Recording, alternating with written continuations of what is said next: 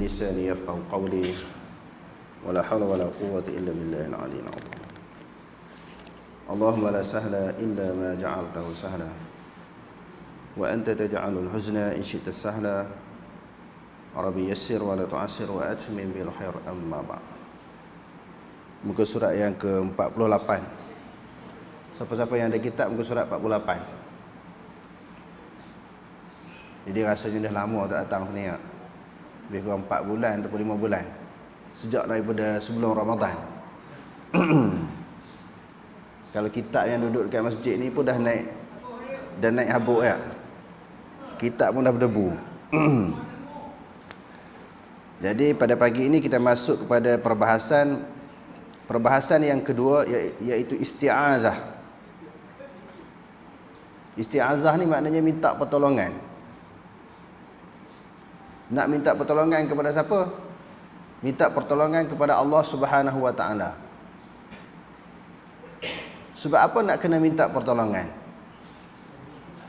Sebab cabaran-cabaran, ujian-ujian yang kita akan hadapi sebagai orang yang beriman ini terlalu besar. Cabaran-cabaran kita ni terlalu besar. Allah Ta'ala akan uji kita di dalam segenap penjuru.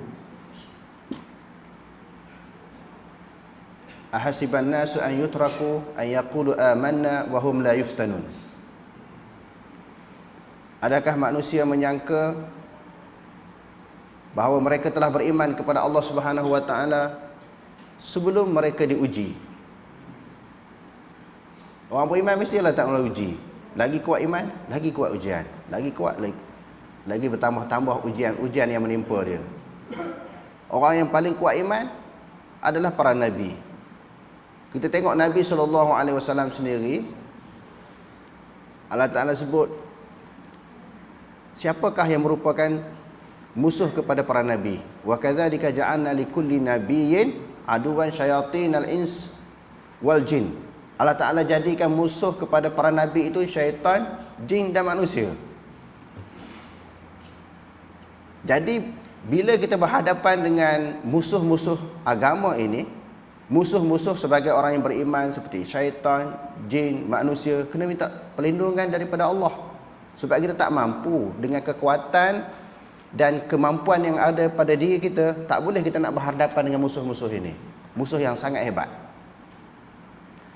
Kalau Nabi SAW sendiri pun dengan kekuatan yang ada kepada dia, dengan keimanan yang begitu tinggi, keyakinan yang begitu mendalam kepada Allah pun minta lindung. Macam mana kita manusia biasa, orang awam yang common ni tak minta lindung kepada Allah? Kalau kita baca di dalam hadis-hadis Nabi kan, Nabi selalu berdoa minta lindung daripada fitnah dunia, fitnah kematian, fitnah dajjal, minta lindung daripada azab kubur, daripada api neraka. Sedangkan Nabi telah mempunyai kekuatan yang luar biasa. Jadi pada pagi ini kita nak bincangkan atau membahaskan tentang perlindungan. Kita perlu minta perlindungan kepada Allah daripada gangguan-gangguan tersebut. Yang pertama, apakah yang dimaksudkan dengan al-isti'azah? Al-isti'azah ialah ucapan a'udzubillahi minasyaitonir rajim. Isti'azah itu apa dia? Minta perlindungan. Seperti kita baca a'udzubillah, aku berlindung dengan Allah, minasyaitani, daripada syaitan, ar-rajim, yang direjam. Apakah yang dimaksudkan yang direjam? Syaitan yang dikutuk oleh Allah Subhanahu wa taala. Sebab apakah Allah Subhanahu wa taala kutuk syaitan ini? Kalau kita tengok dalam Quran tu banyaklah sebab-sebab kutukan daripada Allah Taala. Sebab syaitan ni dia suka melawan. Dia degil. Dia tak ikut arahan-arahan dan perintah-perintah daripada Allah Subhanahu wa taala. Padahalnya dia adalah hamba Allah, makhluk Allah, ciptaan Allah. Dia sombong, takabur dengan Allah Taala. Aba wastakbara wa kana minal kafirin. Enggan. Apa maksud enggan? Enggan tunduk, enggan patuh. Allah Ta'ala dia lawan. Dan dia termasuk daripada kalangan orang kafir. Sedahsyat-dahsyat kafir ni syaitan lah. Bukan sahaja dia dahsyat, jahat, tang diri dia tu memang jahat, syaitan ni. Tak cukup dengan itu, dia cuba mengganggu orang lain pula. Untuk memastikan orang lain, manusia ni, kita semua, orang lain tu maknanya manusia, kita semua, supaya jadi kafir, supaya masuk neraka sebagaimana dia. Bila Allah Ta'ala janjikan nak masuk dia dalam neraka, dalam Al-Quran, bila tak nak sujud kepada Nabi Adam, dia pada masa tu lagi Allah Ta'ala nak memasukkan dia dalam neraka, dia minta tangguh, anzirni ila yaumi yub'atsun. Ya Allah, berilah tangguh kepadaku sehingga hari berbangkit, yakni hari kiamat. Tujuan apa? Dia minta Allah Ta'ala tangguh dia daripada dihumbankan dalam neraka. La ughawiyannahum ajma'in. Aku ni, syaitan kata, nak sesak semua manusia ni.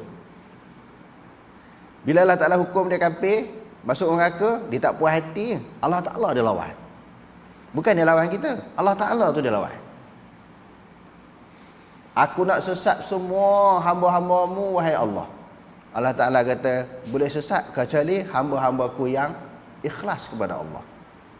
Ikhlas ni dia tak boleh nak buat apa. Sebab seseorang yang ikhlas dia dengan Allah, hati dia bulat dengan Allah Ta'ala, marilah apa ribut taufan pun, Allah Ta'ala lindung orang-orang yang ikhlas ni.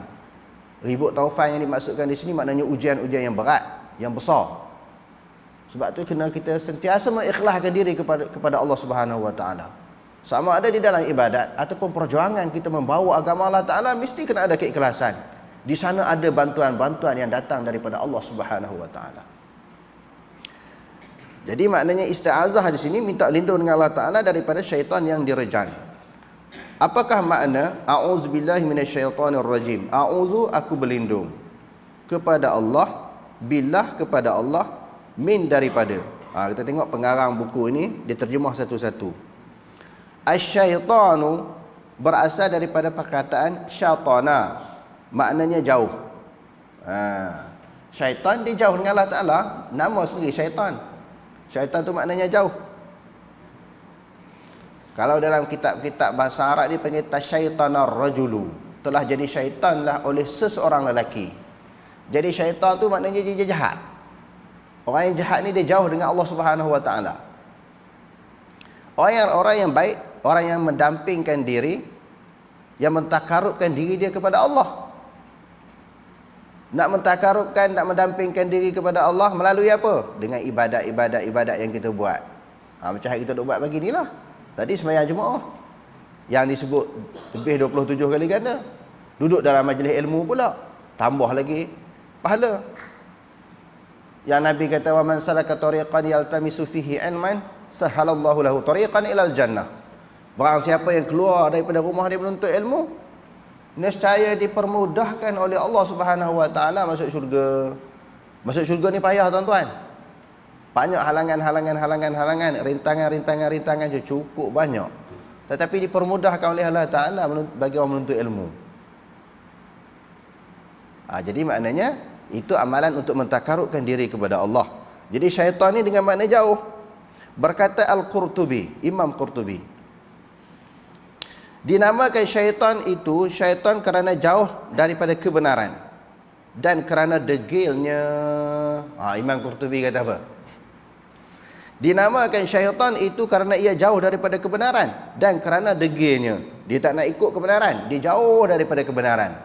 Orang yang lari daripada kebenaran ni kadang-kadang dekat, tak apa betul. Tak berapa betul dia dengan kebenaran.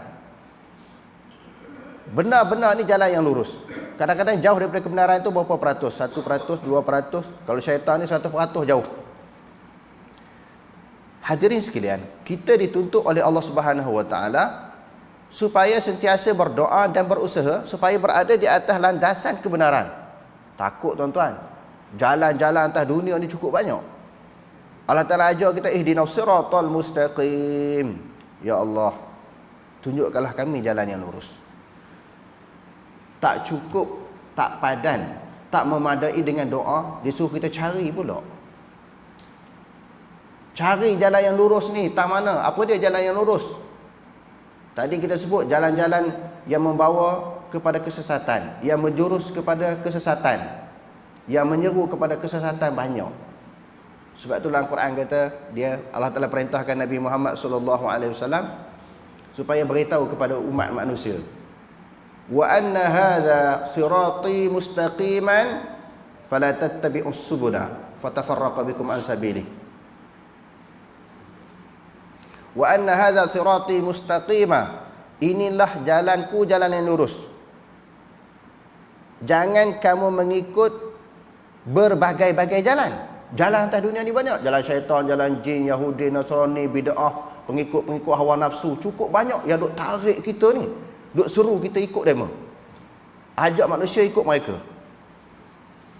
Nabi kata jalanku ni jalan yang satu, jalan agama Allah. Wa may yushaqiqir rasul min ba'di ma tabayyana lahul huda wa yattabi' ghayra sabilil mu'minin. Allah Ta'ala kata barang siapa yang menentang rasul dan mengikut jalan bukan jalan orang yang beriman. Jalan orang beriman jalan rasul lah. Dalam ayat yang lain Allah Ta'ala kata wa ma atakumur rasulu fakhuzuhu wa ma nahakum anhu fantahu.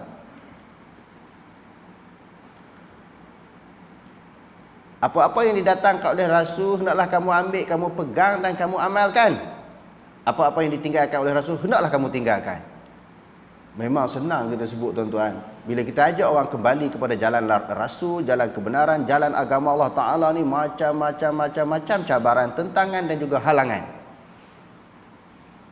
Hak duk lawan tu bukan duk ada dalil pun. Main akal ya. Tetapi dia berlawan sungguh. Bermati-mati-matian. Dia lawan orang-orang yang membawa agama Allah Ta'ala yang berdasarkan kepada sunnah. Itu pun satu hal. Hak nak lawan syaitan pun satu hal. Hak nak lawan golongan bid'ah pun satu hal pula. Macam-macam ujian kita selagi tak pejam mata, selagi tak mati, selagi itulah ujian akan melanda kita sebagai orang yang beriman kepada Allah. Jadi syaitan ni dikata jauh daripada kebenaran dan degil pula. Jangan sebab tu kita jangan degil. Kalau degil perangai syaitan. Bila dikemukakan dalil Quran hadis jangan duk lawan.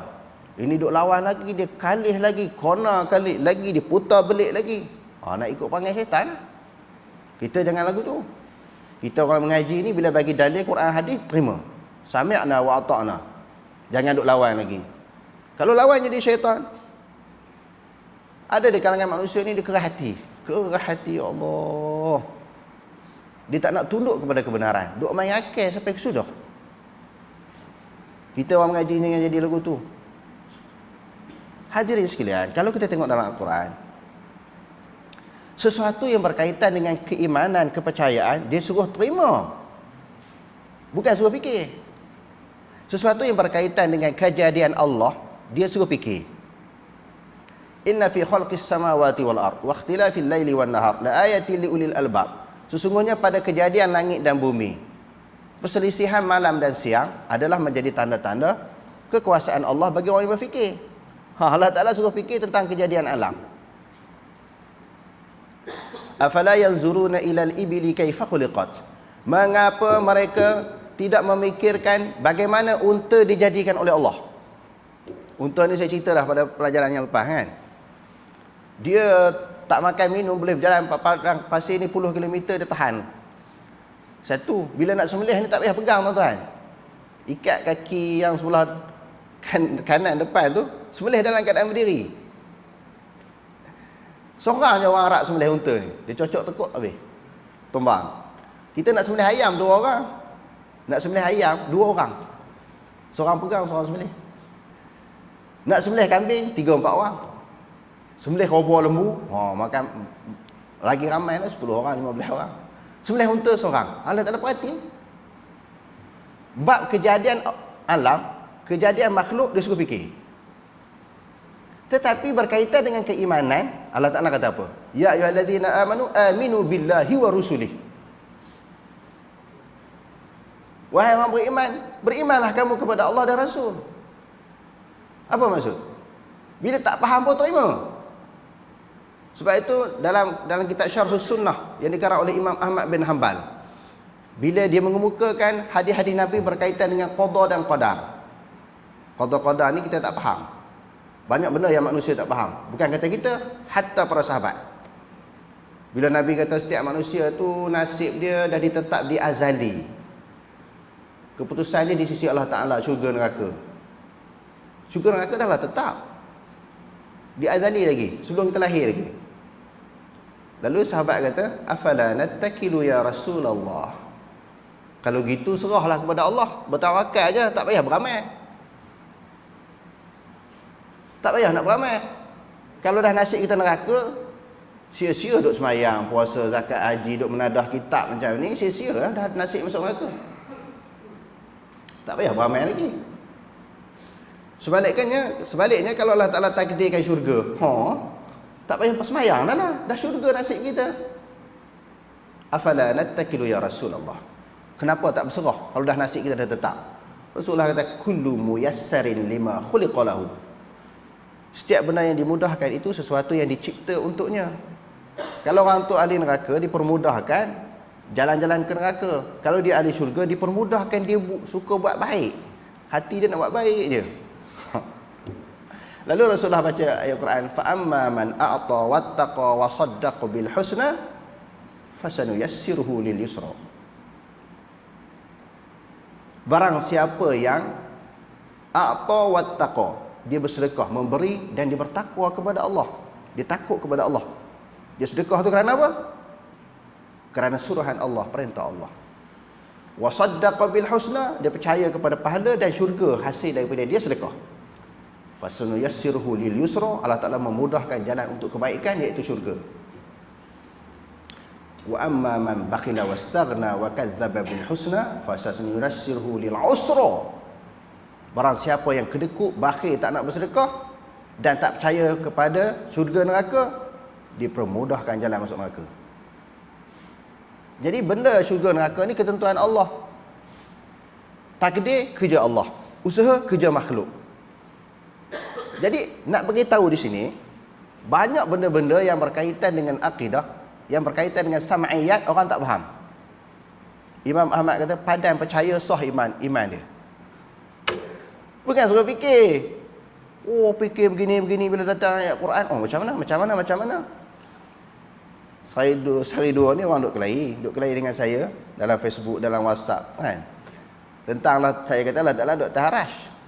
Dia tanya balik, atas arash ke atas langit? Kita teranglah. Ayat-ayat dalam Quran kata duduk arash, duduk di atas pada langit, Allah Ta'ala atas pada arash. Ba'inun an khalqihi. Allah Ta'ala bukan duduk macam tu, atas pada arash. Kalau dia kata sebelum ada arash Allah Ta'ala duduk di mana? Duduk di atas pada arash lah. Bukan dia duduk atas arash. Dia duduk fikir, dia lawyer buruk, ustaz ni, doktor guru ni. Patutnya kuliah subuh ni dia slow sikit kan. Hari ni dia kena panas sikit. Nak cerita apa yang berlaku tuan-tuan?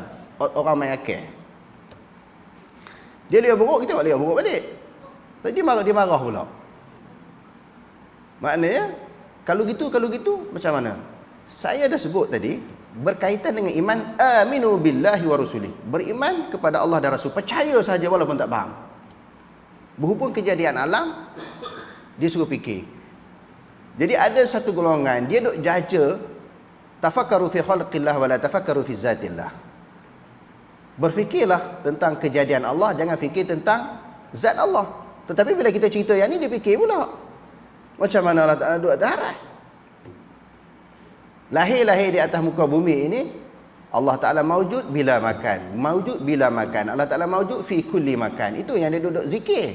Zikir hari-hari. Bila kita kata dalil-dalil daripada Quran dan hadis, Allah Ta'ala ada atas pada arash, dia jadi tergamam, jadi nak pitam, dia jadi merayan.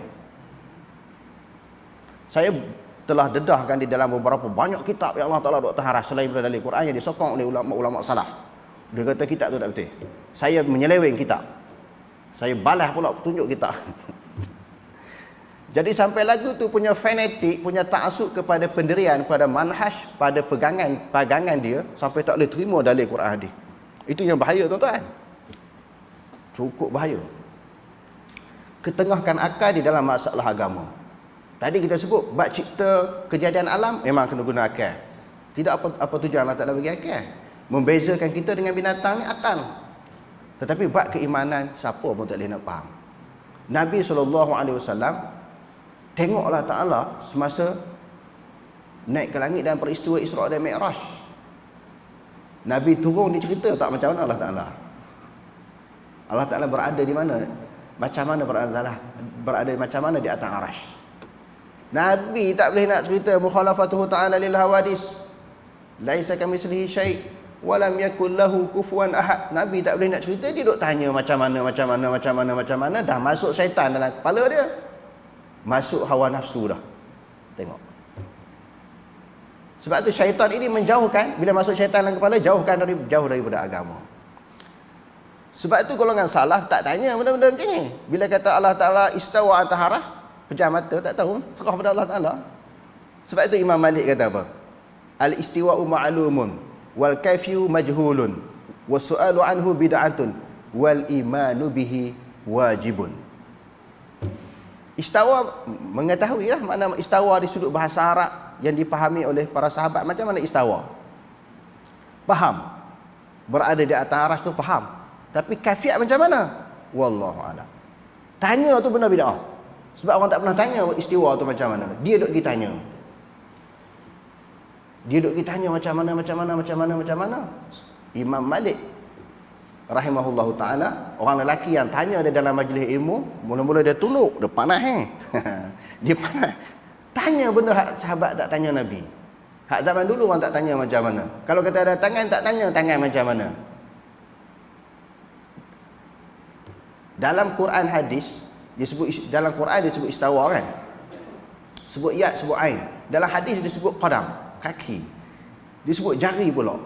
Jari mendemo ni menyamakan Allah dengan baharu. La ilaha illallah. Orang tak samakan dia tuduh.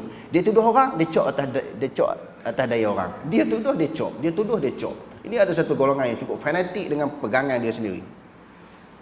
Imam Malik halau keluar. Orang yang tanya soalan tu halau keluar. Sebab mana ni orang tak tanya? Tuan-tuan yang duduk mengaji pada pagi ni kena faham tuan-tuan. Kena beza antara benda yang kita boleh fikir dengan benda yang kita tak boleh fikir. Benda sam'iyat, dosa pahala, syurga neraka, jangan duk fikir. Terima je. Yang nak kena fikir kejadian alam. Tadi hujan lebat kan? Macam mana hujan turun. Untuk menguatkan iman kita kena kaji. Sebab tu mari Al-Quran, afala tatafakkaru, afala ta'qilun, gunakan. Bukan tak boleh gunakan, boleh. Tapi bab apa nak kena gunakan?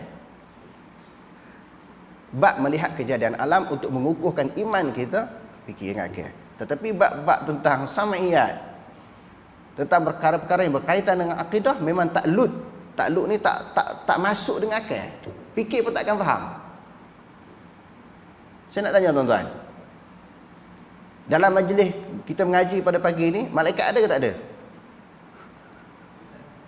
Malaikat ada tak? Ada, sebab bukti dalam hadis yang sahih, innal malaikata la tad'u ajnihataha li talibil ilmi li ridha'an bima yafna. Sesungguhnya malaikat Allah sentiasa menghamparkan sayapnya di dalam majlis ilmu, suka apa yang mereka buat. Tuan-tuan buat ni malaikat suka ni. Ada benda-benda yang kita buat malaikat tak suka. Buat maksiat, malaikat tak suka. Malaikat doa pula supaya kita musnah. Kalau kita buat baik, malaikat suka. Jadi Nabi SAW kata dalam hadis yang sahih, malaikat sentiasa menghamparkan sayapnya dalam majlis ilmu. Okey, tuan-tuan nampak tak sayap malaikat malam ni? Tuan-tuan berjalan tadi lepas sembahyang, terjijak tak sayap malaikat? Tak terjijak? Tak tersepak ke? Terseradung dengan malaikat ke? Berlanggar ke? Tak ada kan? Tuan-tuan fikir tak macam mana? Tuan-tuan fikir tak? Dengan akal. Kalau tu tak fikir, kalau tuan-tuan fikir pun tak faham. Itu nak cerita masalah keimanan. Dia suruh terima, bukan dia suruh faham. Kerana ada benda-benda yang kita tak faham. Sebab manusia ini, kemampuan dia, kefahaman dia terbatas. Benda yang tak faham serah kepada Allah. Tapi kalau kita mengaji fiqh, dia nak kena faham. Sembahyang macam mana? Nabi kata sallu kama ra'aitumuni usalli. Sembahyanglah sebagaimana kamu melihat aku sembahyang kan? Kita tak pernah lihat Nabi sembahyang, kena tengok melalui hadis-hadis Nabi bagaimana Nabi sembahyang. Mula daripada takbir, sudah dengan salam. Kena faham, tak faham macam mana nak sembahyang. Bab fiqh dia suruh faham, bab akidah dia suruh terima. Bila sesuatu itu terlalu guna otak, Dia akan fikir-fikir benda-benda yang tak logik. Zaman Nabi marah. Tadi Saidina Imam Malik dia halau keluar. Zaman Nabi marah. Saidina Umar ni dia nak bagi penampar orang-orang yang duk bertanya masalah akidah ni. Dia nak bagi penampar. Maknanya individu tu kalau ada zaman Saidina Umar kena penampar lah. Individu yang duk buat lebih buruk ni, sehari dua ni, kalau zaman Saidina Umar kena penampar. Sebab dia lebih buruk. Hari ni syarah dia panjang sikit, jumpa Tok Imam lama, kata saya rindu kat dia perempuan lama ni, tak tengok ni. Dia dah bertukar jadi imam tempat lain. Tidak dalam majlis ilmu dia selalu duk tanya. Tu yang jadi panjang mengaji subuh ni. Subuh ni kuliah tak perlu lama, tapi sebab dia tanya jadi panjang. Lepas ni dia akan tanya lagi tu. Dia duk guna akal tuan-tuan. Saya pun guna akal balik, dia orang dah marah saya. Kalau kita kata Allah Ta'ala tu, dia masalah isunya isu tempat. Isu tempat Allah Ta'ala ni tak bertempat, itu pun tidak ada dalil daripada Quran hadis. Kita kata kalau Allah Ta'ala tu tak bertempat, Allah Ta'ala tu lebih miskin daripada penduduk PPRT. Sebab dia gunakan, kita gunakan. Orang kata menyamakan Allah Ta'ala dengan baharu. Wayu habis. Masuk dalam WhatsApp, Facebook, saya menyamakan Allah Ta'ala dengan baharu. Padahal dia gunakan, kita tak marah pun. Kita gunakan, dia marah. Lepas tu bila kita sebut dalam Quran, hadis, sebut ada tangan. Oh, Tuhan Wahabi ni macam Tuhan Hindu, banyak tangan. Maksudnya kata kalau tak ada tangan, kudunglah Tuhan, cacat. Sebab dia gunakan, kita balas dengan akal. Jadi 3 hari 3 malam tak habis kalau duk main lawyer buruk. Dia mengamuk pula, dia kata kita menyamakan Allah Ta'ala dengan baharu. Padahal dia yang kata Tuhan Wahabi ni macam Hindu sebab banyak tangan. Dia kata, dia tuduh, dia cop. Wahabi cakap macam tu. Jadi tuan-tuan, kesimpulannya sebelum nak sambung pengajian kita ni, maknanya ada benda kita boleh guna akal. Melihat kejadian alam, dan ada benda yang nak kena faham, iaitu pengajian fiqh kena faham. Pengajian akidah ni tak faham pun dia suruh terima. Sebab banyak benda yang kita tak faham, dia termasuk dalam sami'iyat, benda-benda yang kita dengar melalui Quran dan juga hadis Nabi SAW. Dia kata, dan derhaka, degil. Oleh kerana itu setiap yang melampau, yang derhaka, yang jauh daripada kebenaran, yang degil daripada kalangan jin dan manusia, dipanggil syaitan. Jangan degil. Bila bagi Quran hadis ni jangan degil, nanti jadi syaitan. Ar-rajim, yang direjam, yang hina, yang jauh daripada kebaikan dan rahmat. Tu yang kita takut. Direjam maknanya dihina, jauh daripada rahmat Allah Subhanahu Wa Taala, jauh daripada kebaikan. Syaitan tu jauh daripada kebaikan. Oleh kerana syaitan ni jahat sangat, di antara makhluk Allah Ta'ala yang jahat ni syaitan. Allah Ta'ala kata, fattakhidhuhu aduwa. Jadikanlah syaitan itu sebagai musuh, jangan buat kawan. Jadikan syaitan itu sebagai musuh, jangan buat kawan kita. Dalam ayat yang lain, innahu lakum aduwwum mubin. Syaitan itu bagi kamu adalah musuh yang sangat terang. Kalau kita kata Yahudi dan Nasrani itu musuh terang dah. Walan tarda ankal yahudu walan nasara hatta tattabi'a millatahum. Tak reda orang Yahudi dan Nasrani kepada kamu sehingga kamu mengikut agama mereka. Yahudi dan Nasrani kejahatan mereka terang. Sebab tu disebut dalam Al-Quran, ya ayyuhallazina amanu in tuti'u fariqan minal ladzina utul kitab yaruddukum ba'da imanikum kafirin. Ya ayyuhallazina amanu in tuti'u fariqan minal ladzina utul kitab yaruddukum ba'da imanikum kafirin. Wahai orang yang beriman, jika kamu taat kepada satu golongan yang diberi kitab.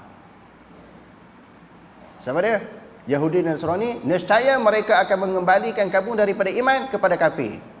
Wa kaifa takfuruna wa antum tutla alaikum ayatullah wa fiikum rasuluh wa may ya'tasim billah faqad hudiya ila siratim mustaqim. Kenapa nak jadi kafir? Rasul masih ada pada masa itu, dibaca ayat Quran. Barang siapa yang berpegang teguh dengan tali Allah, dia diberi petunjuk kepada jalan kebenaran. Kalau Yahudi terang dia punya kejahatan, syaitan lagi terang. Allah Ta'ala kata, jangan ikut. Maknanya aku berlindung kepada Allah Subhanahu Wa Ta'ala daripada hasutan syaitan, kejahatan syaitan yang dilaknat, yang dicela supaya ia tidak menyesatkan dan memudaratkan aku dalam urusan agama dan duniaku. Takut diganggu dan diselewengkan oleh syaitan dalam urusan agama dan urusan dunia. Dia akan ganggu kita dalam segenap penjuru. Setiap jalan-jalan yang kita lalui itu akan dihalang, ataupun menghalang aku daripada menunaikan apa yang diperintahkan oleh Allah. Hal kita nak buat ni dia duduk larang. Nak mengaji dia bagi tak selesa mengaji. Dia bagi jadi mengantuk, dia jijak atas kelopak mata kita tu. Rasa berkilo-kilo dia duduk atas mata kita tu. Nak buka tu payah tu. Jalan-jalan kita nak menuju kepada Allah Subhanahu Wa Taala ni dia halang. Sebab itu kita kena sentiasa meminta kekuatan datang daripada Allah. Hadirin sekalian, bila kita dengar suruhan azan ataupun laungan azan sampai tang hayya 'alas salah, hayya 'alal falah, kita nak kena baca apa? Disunatkan kita baca apa? La haula wala quwwata illa billahil aliyyil azim. Kalau kita dengar Allahu akbar, asyhadu an la ilaha illallah, asyhadu anna muhammadar rasulullah, kan Nabi kata apa? Idza sami'tumun nidaa faqulu kama yaqulul muazzin illa fi hayya 'alataini.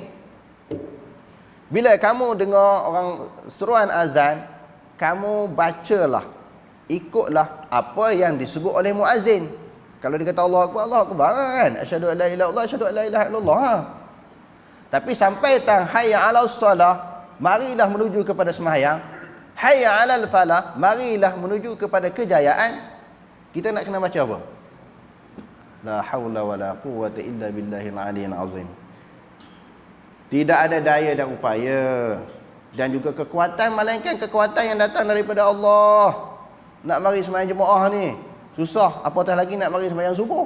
Tadi pula dia hayun hujan. Pukul berapa Haji? Pukul 5 tadi kan? Pukul 5, pukul 4 tadi dah hujan. Saya duk susah hati takut tak sedar. Semalam ada satu kuliah takut terlajak. Allah susah hati lah kata. Terjaga tu tak berani tidur dah. Takut lajak tu kan. Jadi maknanya nak datang tu tanpa kekuatan pertolongan yang datang daripada Allah Ta'ala, kita tak boleh buat. Nak datang mengaji ni tak boleh, nak datang sembahyang ni tak boleh. Nak buat sesuatu ibadah, sesuatu amalan yang dapat mendekatkan diri kita kepada Allah Ta'ala, tanpa bantuan Allah Ta'ala tak usah duk sembang, tak usah duk belagak lah. Nak buat live rakaman ni pun kalau Allah Ta'ala tak tolong, dia tak boleh mari.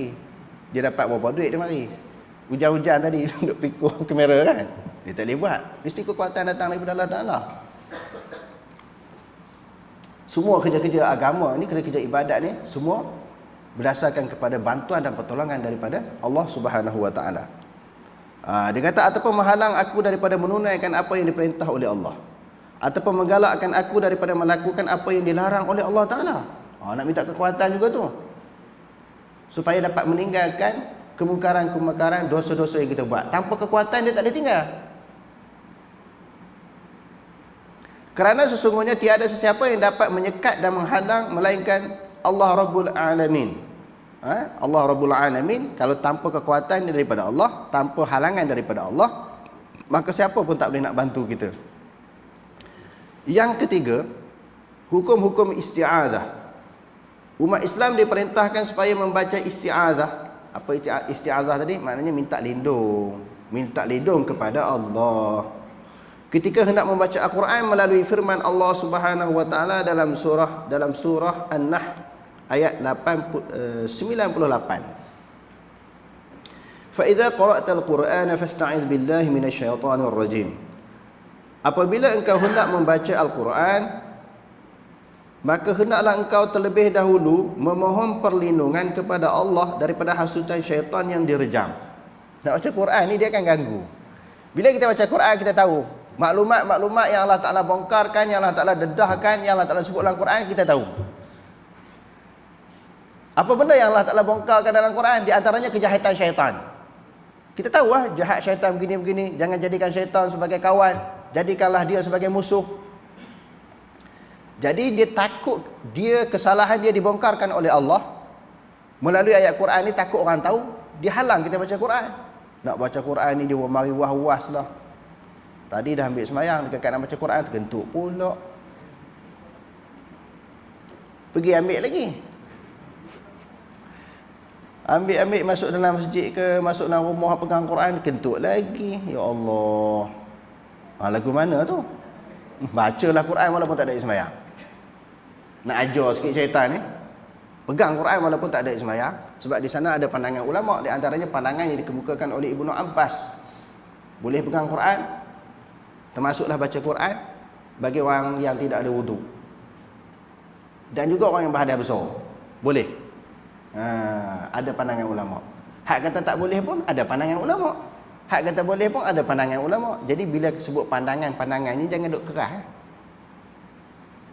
Kita ni bila pegang satu pandangan ulama ataupun satu mazhab daripada mazhab-mazhab ulama ini, dia jadi keras. Kalau keras untuk diri sendiri tak apa sangat. Tetapi keras untuk orang lain sama. Orang lain pun dia kena ikut cara dia. Berat macam tu. Kamu nak keras seorang sudah. Kamu nak fanatik dengan pandangan kamu seorang sudah. Jangan duk ajak orang lain pula. Kita nak pegang Islam ni secara luas, secara terbuka. Jangan duk pegang Islam ni secara sempit. Duk cerita dengan orang Islam ni luas, Islam ni senang, Islam ni mudah, itu duk zikir. Tapi bila sampai kepada pelaksanaan jadi susah pula. Sampai di sudut pelaksanaan dia nak buat amalan Islam tu jadi susah. Sedangkan dia duk ceramah Islam tu senang. Islam tu mudah. Bila orang pegang dalil yang mudah, dia kata tak boleh pula. Itu pun jadi satu masalah. Dia jadi kontradik daripada apa yang disebut dengan apa yang diamalkan. Jadi dia kata di sini, maka bila nak baca Quran itu minta perlindungan dengan Allah daripada syaitan yang direjam, yang dikutuk. Berdasarkan kepada ayat ini, maka jumhur kebanyakan ulama memilih lafaz a'udzubillahi minasyaitonirrajim sebagai lafaz al-isti'adzah ketika hendak membaca Al-Quran. Sebab dalam ayat yang kita bacakan tadi kan, fasta'iz billahi minasyaitonirrajim, sebagai lafaz isti'adzah ketika hendak membaca Al-Quran di dalam sembahyang dan di luar sembahyang, kerana ia merupakan lafaz yang disebut dalam Al-Quran. Dalam sembahyang boleh sebut sebelum baca bismillah tu, dan di luar sembahyang pun boleh sebut. Jumhur ulama juga berpendapat bahawa membaca isti'adzah ketika hendak membaca Al-Quran di luar sembahyang adalah sunat. Nak baca Quran ni di luar sembahyang. Kadang-kadang kita baca Quran dalam sembahyang. Lepas Fatihah ni kita baca Quran. Kadang-kadang baca Quran di luar sembahyang. Macam ni luar sembahyang kan. Nak baca Quran pun disunatkan membaca isti'adzah. Manakala membaca ketika hendak membaca Al-Quran di dalam sembahyang adalah menjadi khilaf daripada kalangan ulama. Nak baca isti'adzah auzubillahi minasyaitonirrajim itu dalam sembahyang khilaf daripada pandangan-pandangan ulama. Di luar sembahyang tu memang kata sunat. Sebelum baca Quran sunat baca auzubillahi minasyaitonirrajim. Itu di luar sembahyang. Adapun di dalam sembahyang, maka khilaf daripada kalangan ulama sunat ataupun tidak. Jadi kalau nak tahu perbahasan yang seterusnya, insya-Allah kita sambung bulan depan. Jangan tak mari bulan depan. Kalau saya baca hari ni, bulan depan tak mari dah. Alhamdulillah hari ni ramai. Takut bulan depan tak ramai sebab saya dah bahas dah cerita dah hari ni. Allah tak payahlah, kami dah tahu semua. Jadi kita tangguhlah bulan depan. Sebab apa orang nak tengok Mak Lampir 200 episod lebih. Orang tua tak tahu cerita Mak Lampir. Kenapa orang duk tunggu-tunggu tak habis-habis? Perlawanan, pergaduhan dia tu tak habis-habis sampai 200 episod lebih. Hak ni pun kita akan buat bersiri juga. Wallahu a'lam. Ada soalan tuan-tuan?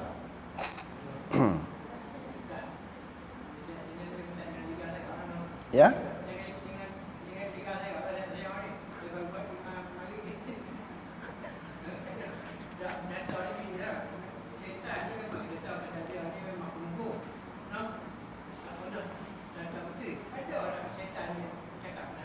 Tak ada.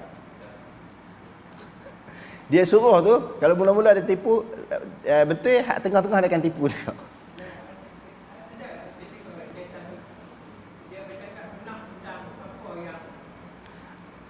Sekali itulah yang kita sebut dalam hadis yang kelebihan hadis kursi, hadis berkaitan dengan ayat kursi tu. Hak lain semua tipu. Tahu cerita hadis yang berkaitan dengan kelebihan ayat kursi? Dalam hadis sebut kan. Masa tu Rasulullah mengamanahkan kepada Abu Hurairah. Cerita ni masyhur dalam hadis. Jaga Baitul Mal, harta zakat. Dulu masalah harta-harta benda zakat ni dia ada bait alman, maknanya rumah harta. Dalam rumah tu dah disimpan segala sumbangan-sumbangan kepada negara Islam, sedekah, zakat dan sebagainya. Emas ke, buah-buahan ke, kita kata bijirin ke, gandum, benda-benda zakat simpan. Abu Hurairah diamanahkan Rasulullah jaga. Satu malam pertama datang orang tua, nampak bersopan lah. Pakai macam orang-orang agama lah. Kalau dulu pakai jubah lah. Bila dia nak ambil harta tu, ditangkap. Dia nak curi harta batu, ditangkap oleh Abu Hurairah. Abu Hurairah kata, aku nak bawa jumpa Rasulullah ni. Kecut perut lah. Macam orang tangkap kita buat salah, nak buat hantar kat polis. Tangkap kita nak pergi bawa pergi ke balai. Pucat tak pucat? Pucat ni nak jumpa Rasulullah. Syaitan ni kenal lah Rasulullah ni. Dia takut. Dia kata jangan. Besok aku tak datang lah. Jadi sebelum nak sambung cerita ni, menunjukkan syaitan bila dizahirkan boleh pegang. Rasulullah dalam hadis Bukhari tu kan, dia nak ganggu Rasulullah sembahyang, Rasulullah tangkap. Betul lepas ni. Kita ni tak ada dah zaman kita boleh tangkap syaitan. Hadut sebut bubuh dalam botol tu tipu semua tu. Bubuh dalam botol, Rasulullah pun bila dia nak pegang syaitan, dia nak tambat kat tiang masjid, nak tunjuk kat kawan-kawan dia teringat doa Nabi Sulaiman tu. Hadis Bukhari. Yang Nabi Sulaiman minta Allah Ta'ala bagi sesuatu kerajaan kepada dia yang tidak dimiliki oleh sesiapa. Aku malu kepada saudara aku Sulaiman ni. Takkan dia boleh tangkap syaitan, boleh tambat syaitan, aku pun nak buat macam dia. Dia doa macam tu supaya dia saja diberi kelebihan macam tu. Lepas Rasulullah lepas. Hak zaman sekarang ni ada bubuh dalam botol tu tipu. Dia pun tak nampak. Kita kata dah ada 2-3 ekor dalam ni. 1 ekor kena bayar RM100. 2 ekor, 3 ekor dah RM300. Dia pun tak nampak, kita pun tak nampak. Kita percaya je. Jadi hadirin sekalian, malam yang kedua dia datang tangkap. Sampai malam yang ketiga. Dia kata malam ketiga tak datang, malam ketiga datang lagi. Malam ketiga tu dia ceritalah sebenarnya, kamu bacalah suatu ayat yang kalau beramal dengan ayat ni syaitan tak mari. Ketika tu dia cakap betul. Hak lain tipu. Rasulullah kata tu syaitan tu. Dia sebut tu betul, tapi dia sendiri menipu. Maksud dia tipu tu, dia kata tak nak datang, dia datang lagi. Tak tipu.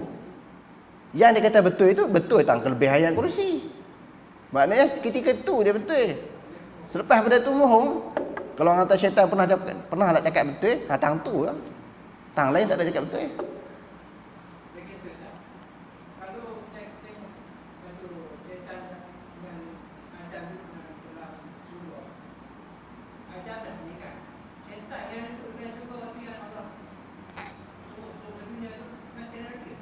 Ada? Tu ada cucu dia beranak membiak macam manusia juga.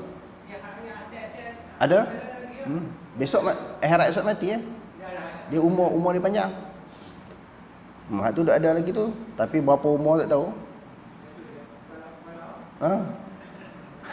Hak duk lawan kita saya dua ni, hak duk lawan kita duk bawa sunnah, duk bawa agama Allah Taala ni anak cucu dia. Cuma nama tu tak tahulah. Kita pun tak tahu nama apa, cuma anak cucu dia. Okey, ada soalan lain?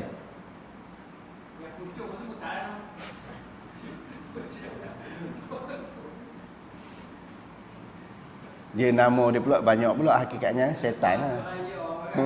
Nama tu macam-macam lah. Cuma orang duk sebut yang menjadi confused ni, orang sebut orang bunian. Orang bunian tu jin. Orang sebut orang bunian, orang dulu sebut orang bunian kan. Dia jin. Jin ni pula ada yang beriman kepada Allah, ada yang kufur kepada Allah. Sebagaimana yang disebut dalam surah Jin. Balik ni baca surah Jin. Jin sendiri menyebut bahawa daripada kalangan kami orang yang beriman, dan daripada kalangan kami orang yang kufur kepada Allah. Bila satu kumpulan jin pernah datang bertemu dengan Rasulullah SAW, pergi mengadu kepada Rasulullah. Rasulullah bagilah tahu kepada sahabat-sahabat kamu ni, janganlah istinja dengan menggunakan tulang. Tulang ni makanan kami. Rasulullah panggil kawan-kawan dia, la tastanjiu minal izam fa innahu ta'amu ikhwanikum minal jin. Wahai sahabat-sahabatku, janganlah duk istinja dengan menggunakan tulang. Tulang ni makanan saudara kamu. Tengok. Bila sebut saudara, innamal mu'minuna ikhwatun. Semua orang beriman bersaudara, sama ada beriman itu manusia ataupun jin, saudara kita. Tetapi ada di kalangan orang Melayu berpegang sebaik-baik jin, sejahat-jahat manusia. Jin ni baik macam mana pun, taraf dia sejahat-jahat manusia. Mana boleh lagu tu? Kalau yang baik dia beriman, tak kacau kita. Ada kacau kita tu. Maknanya tak beriman, fasik ke ataupun dia kafir. Kalau jin yang baik, macam manusia yang baik. Tetapi sebahagian orang kita beranggapan jin yang paling baik, taraf kedudukan dia sejahat-jahat manusia. Tak boleh lagu tu. Quran kata sebahagian mereka beriman, sebahagian yang kafir. Hak beriman tu baik. Bila kata beriman, percaya kepada Allah, maka dia tahu dosa pahala syurga neraka. Macam mana dia nak ganggu orang? Benda ganggu orang ni tak boleh. Sebab al-muslim man salimal muslimun min lisanihi wa yadihi. Orang Islam yang betul itu sama ada jin Islam ataupun orang Islam, orang lain selamat daripada lisan dan juga tangan. Takkan dia nak cekik kita? Takkan syaitan jin yang Islam ni nak cekik kita? Tapi tak ada sejarah yang seumur hidup saya, tak ada sejarah yang kita kena bunuh dengan syaitan jin ni. Tak ada sejarah. Ada pernah kita dengar sejarah jin cekik. Cuma orang takut orang terjun bangunan. Kerana takut. Maknanya terjun itu kerana tindakan dia. Bukan jin tu datang cekik tekuk dia. Okey, ada soalan lain? Ha? Apa marah? Kalau marah tu dia ada sifat apa tu? Wallahu a'lam. Aqulu qawli hadza wa astaghfirullahal azim li wa lakum. Wassalamu alaikum warahmatullahi taala wabarakatuh.